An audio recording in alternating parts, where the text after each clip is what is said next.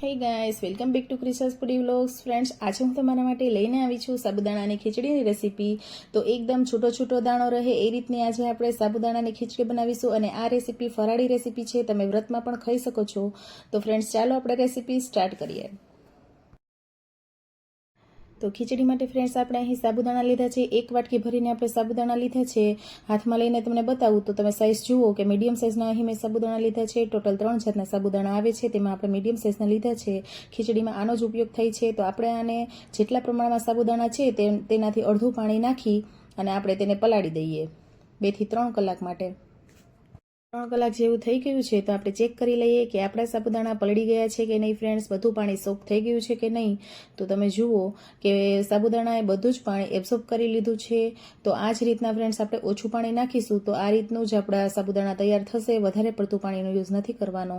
તો ફ્રેન્ડ્સ, તમે જુઓ, હું હાથમાં લઈને બતાવું તો તે એકદમ સરસ સોફ્ટ થઈ ગયા છે, તે અંદરથી કાચા નથી. હવે ફ્રેન્ડ્સ, આપણે ખીચડીનો વઘાર કરવાનો છે. તો તેના માટે ગેસ પર પેન રાખી દીધી છે. તેમાં 2 ચમચી દેશી ઘી એડ કરીશું. તમે ઘીની જગ્યાએ તેલનો ઉપયોગ પણ કરી શકો છો ફ્રેન્ડ્સ, પણ ફરાળમાં તમે યુઝ કરતા હોય તો ઘીનો યુઝ કરવો. તો 2 ચમચી દેશી ઘી એડ કર્યું છે. ઘી ગરમ થઈ ગયું છે આપણું ફ્રેન્ડ્સ. તો હવે તેમાં 1 ચમચી જીરું એડ કરી દઈશું. અને 1 મરચાંની મેં આ રીતની ઝીણી કટકી કરી લીધી છે, તેને આપણે એડ કરી દઈએ. થોડા લીમડાના પાન એડ કરી દઈએ. અને થોડી ચપટી એક આપણે તેમાં હિંગ એડ કરી દઈએ. હવે ફ્રેન્ડ્સ, અહીં મેં 1 બટેટું મીડિયમ સાઇઝનું બાફી લીધું હતું, તેને બાફી અને આપણે આમાં એડ કરીશું. અને તે જ્યાં સુધી ક્રિસ્પી ન થાય ત્યાં સુધી 2 થી 3 મિનિટ આપણે તેને આ રીતના ચલાવી લઈએ.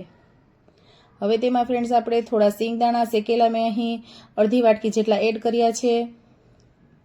શેકેલા સિંગદાણાની છાલ ઉતારી અને તેને મેં એડ કર્યા છે.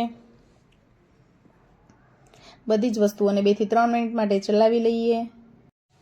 2 થી 3 મિનિટ થઈ ગઈ છે ફ્રેન્ડ્સ. તો આપણે બટેટા સરસ ક્રિસ્પી થઈ ગયા છે. તમે જુઓ, તેનો કલર પણ ચેન્જ થઈ ગયો છે. તો આ રીતના 2 થી 3 મિનિટ માટે તેને આપણે થવા દીધું છે. તો હવે તેમાં આપણે અડધી વાટકી સિંગદાણાનો ભૂકો એડ કરીશું અને 1 થી 2 મિનિટ આ રીતના આપણે મિક્સ કરી લઈએ. ફ્રેન્ડ્સ, હવે આ સમયે આપણે જે સાબુદાણા પલાળીને રાખ્યા હતા તેને આપણે એડ કરી દઈએ. જ વસ્તુઓને હળવા હાથે આપણે ફ્રેન્ડ્સ મિક્સ કરી લઈએ. અહીં બહુ જ ચમચાને નથી ચલાવવાનો. હવે તેમાં આપણે સૂકા મસાલા એડ કરી દઈએ. તો તેના માટે મેં અહીં 7 થી 8 કાળા મરી પાવડરને આખા પાખા ક્રશ કરી અને એડ કર્યા છે. અને સિંધાલું મીઠું એડ કર્યું છે.